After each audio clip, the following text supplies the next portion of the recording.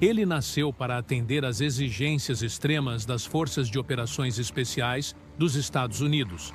Foi criado para infiltrar e extrair tropas em locais onde helicópteros maiores não conseguem operar.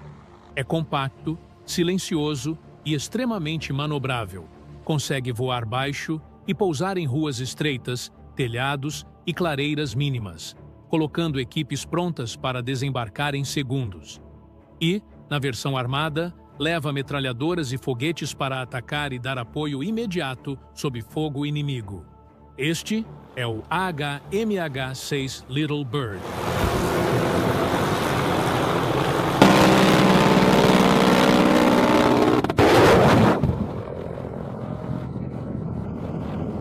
No fim da Segunda Guerra Mundial, os Estados Unidos começaram a enxergar os helicópteros de forma diferente. Até então, essas aeronaves eram vistas como experimentais, limitadas e pouco confiáveis. Mas o conflito mostrou algo importante. A capacidade de decolar e pousar verticalmente podia resolver problemas que nenhum avião convencional conseguia enfrentar. Ainda durante a guerra, o Sikorsky R-4 entrou em serviço e foi usado de forma limitada em missões de resgate, reconhecimento e infiltração no Sudeste Asiático entre 1944 e 1945. Ele não era rápido nem potente, mas provou que o conceito funcionava. Quando a guerra acabou, o desenvolvimento de aeronaves de asa rotativa acelerou. Nos anos seguintes, os helicópteros passaram a ocupar um espaço cada vez mais relevante, tanto no meio civil quanto no militar. Esse processo ganhou força de verdade durante a Guerra da Coreia, entre 1950 e 1953.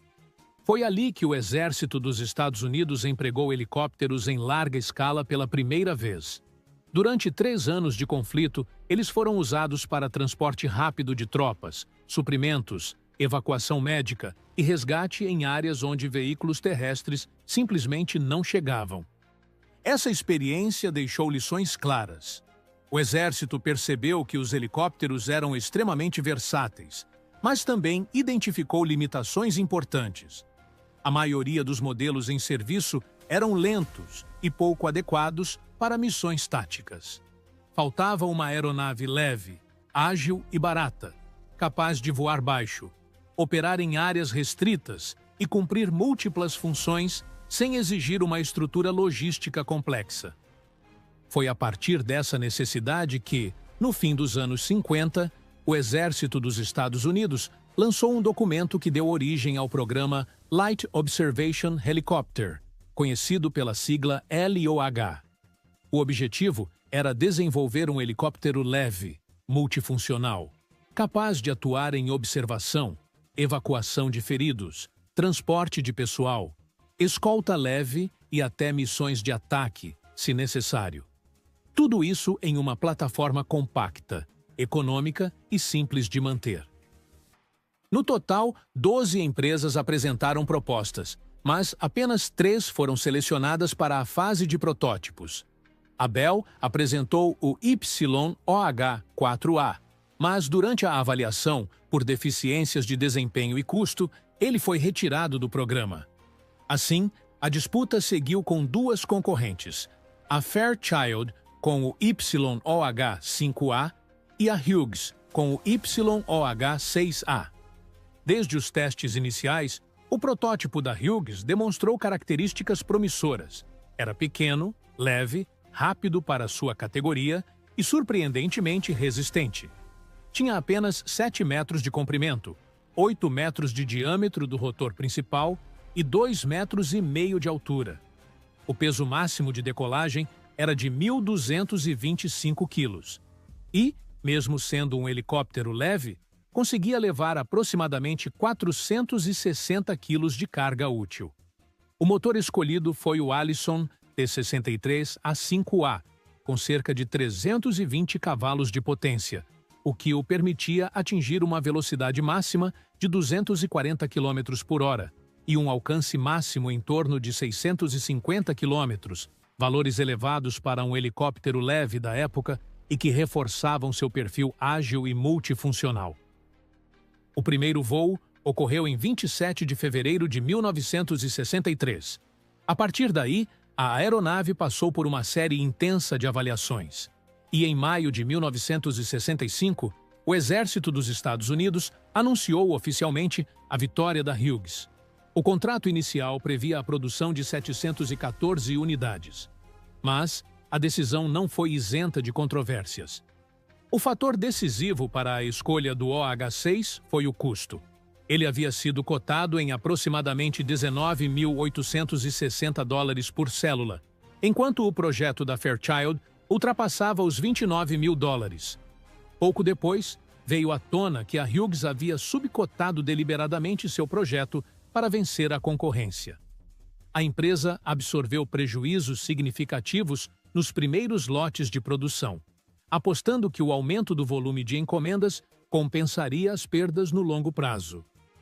Oficialmente chamado de OH-6 Cayuse, ele começaria sua trajetória operacional exatamente quando os Estados Unidos se preparavam para um dos conflitos mais desafiadores de sua história: a Guerra do Vietnã.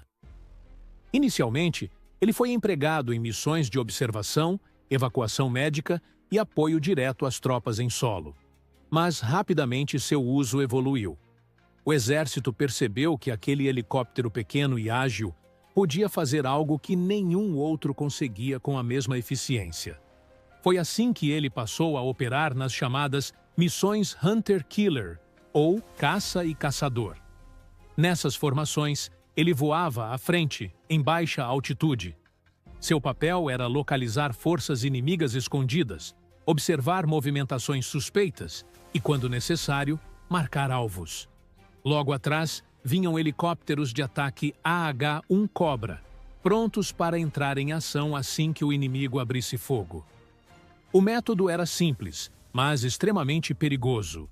O OH-6 se aproximava deliberadamente de áreas suspeitas, pairava por alguns segundos e, muitas vezes, lançava uma granada de fumaça ou explosiva para forçar uma reação. Quando tiros partiam da selva, a posição inimiga era revelada. Ele então se afastava em alta velocidade e o AH-1 avançava para neutralizar o alvo com foguetes e canhões. Mas essas missões cobraram um preço muito alto. Das 1.419 unidades enviadas ao Vietnã, 842 foram perdidas, a maioria por fogo inimigo vindo do solo. Mesmo assim, o OH-6 continuou sendo usado intensamente até o fim do conflito. Tamanha era sua utilidade. No final da década de 60, enquanto o OH-6 ainda operava intensamente no Vietnã, o exército lançou uma nova competição para um helicóptero leve de observação. Esse processo resultaria na seleção do Bell OH-58.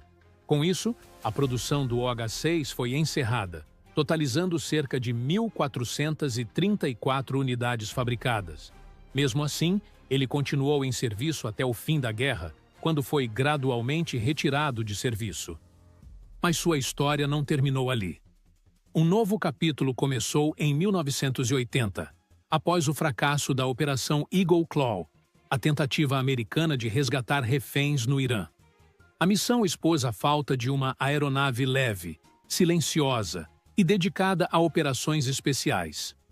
Como resposta direta a isso, no início da década de 80, o Exército criou uma unidade chamada Força Tarefa 160, que mais tarde se tornaria o 160º Regimento de Aviação de Operações Especiais do Exército dos Estados Unidos. Seus integrantes ficariam conhecidos como Night Stalkers, um nome que refletia exatamente sua filosofia de operação: voar baixo, no escuro, silenciosamente e com extrema precisão. Desde o início, esse regimento foi estruturado para operar diferentes classes de helicópteros, cada um adaptado a um tipo específico de missão.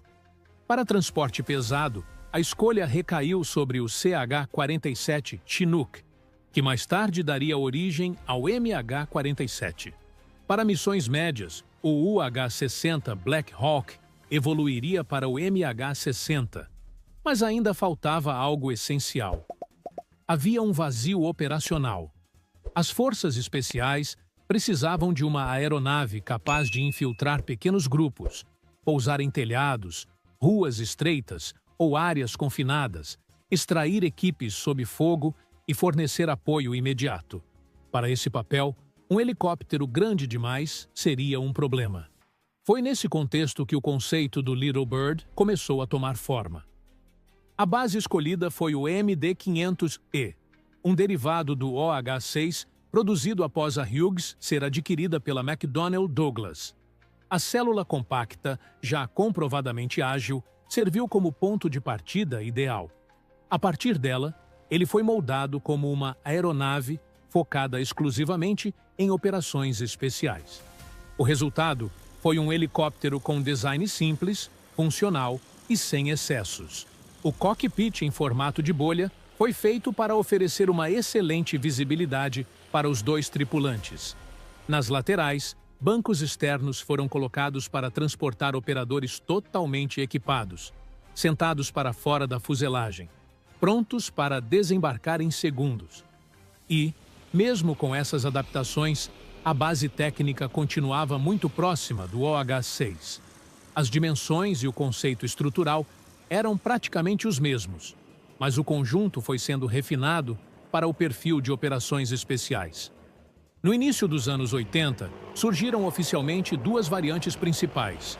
A primeira foi o MH-6, voltado para transporte leve e assalto. A segunda foi o AH-6, dedicado a ataque e apoio direto, utilizando a mesma plataforma básica, mas com capacidade de armamento pesado para seu tamanho. Mesmo com uma potência modesta em comparação com helicópteros maiores, o conjunto leve e bem equilibrado garante uma manobrabilidade excepcional. Outro ponto decisivo é sua flexibilidade. Ele pode operar de dia ou à noite, em áreas urbanas ou rurais e em qualquer condição climática. Não depende de grandes infraestruturas e pode ser rapidamente configurado para diferentes tipos de missão. Seu primeiro grande teste ocorreu em 1983, durante a invasão de Granada, na Operação Urgent Fury. Eles foram utilizados em missões de ataque e apoio direto, voando em ambientes urbanos densos e sob risco de fogo antiaéreo. Nessas missões, ficou claro que o helicóptero tinha limitações, especialmente diante de defesas concentradas, mas também demonstrou algo essencial. Ele podia colocar tropas exatamente onde era necessário. Em 1989, durante a Operação Just Cause, no Panamá, ele desempenhou um papel muito mais intenso. Os AH-6 forneceram apoio de fogo direto em áreas urbanas, enquanto os MH-6 realizavam inserções rápidas de forças especiais em múltiplos pontos da cidade do Panamá. Nos anos seguintes, ele estaria presente em um dos episódios mais conhecidos da história recente, a Batalha de Mogadíscio, em 1993, na Somália.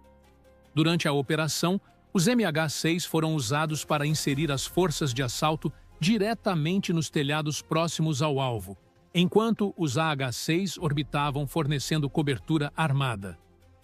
Nessas missões, o tamanho reduzido do helicóptero foi decisivo. Ele conseguia voar entre prédios, pairar em espaços extremamente limitados e reagir rapidamente a ameaças emergentes. Mesmo sob fogo intenso, os pilotos exploravam ao máximo a agilidade da aeronave para escapar e reposicionar.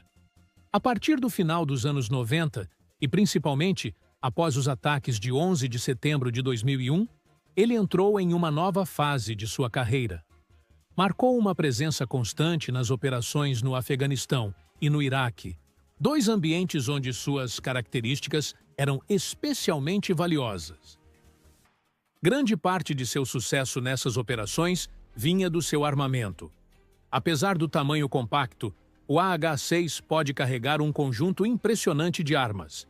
A configuração mais comum inclui 2 metralhadoras rotativas e lançadores de foguetes de 70 mm, oferecendo uma combinação de supressão intensa e ataque pontual. Além disso, ele pode ser configurado com outras armas, dependendo da missão. Entre elas estão metralhadoras de maior calibre, lançadores de granadas automáticos, foguetes guiados e até mísseis anticarro. Essa modularidade permite adaptá-lo rapidamente às necessidades do terreno e da ameaça. Outro fator importante é o emprego integrado com as tropas transportadas. Os operadores sentados nos bancos laterais do MH-6 desembarcam em segundos, muitas vezes sem que o helicóptero precise pousar completamente. Em extrações de emergência, esse mesmo processo permite retirar equipes sob fogo inimigo em tempo mínimo. Com o passar das décadas, o Little Bird passou por várias atualizações para permanecer relevante. Uma das mais significativas ocorreu em 2008, quando versões modernizadas receberam um novo conjunto de rotores, com rotor principal de 6 pás e rotor de cauda de 4 pás. Isso reduziu vibração, aumentou a eficiência e melhorou a estabilidade em voo estacionário. A aviônica também foi profundamente atualizada. Sistemas analógicos deram lugar a telas digitais compatíveis com óculos de visão noturna, sistemas modernos de navegação e mapas digitais. As comunicações passaram a ser totalmente integradas às redes de comando das forças especiais, permitindo coordenação em tempo real com unidades terrestres e aéreas. Outro avanço importante foi o aumento da potência. As versões mais recentes receberam motores significativamente mais fortes, elevando a capacidade de carga, o desempenho em ambientes quentes e elevados e a margem de segurança durante manobras evasivas. Essas melhorias culminaram nas variantes mais modernas, conhecidas como AH-6M e MH-6M. Apesar de a célula básica ter origem em um projeto dos anos 60, o conjunto atual é profundamente diferente em termos de capacidades. Ao mesmo tempo, começaram a surgir debates sobre o seu futuro. Alguns programas do Exército dos Estados Unidos prometem substituí-lo por plataformas mais modernas. No entanto, existe um problema evidente. Até agora, nenhuma proposta oferece uma aeronave tão pequena, ágil e simples quanto o Little Bird. Para as operações especiais, isso é um fator crítico. A capacidade de operar em espaços mínimos, com resposta imediata e logística simplificada, continua sendo insubstituível. Por isso, mesmo com discussões sobre sua aposentadoria, ele permanece em serviço. E assim, há mais de 40 anos depois de sua introdução, ele continua voando, cumprindo missões que poucas aeronaves são capazes de executar, e consolidando seu lugar como uma verdadeira lenda das operações especiais. Se você se interessa por aviação militar e quer acompanhar mais vídeos como esse, deixe seu like, inscreva-se no canal e compartilhe com quem também curte esse tema. Dessa forma, continuamos a explorar juntos os bastidores dessas máquinas voadoras que marcaram e ainda marcam a história da aviação militar.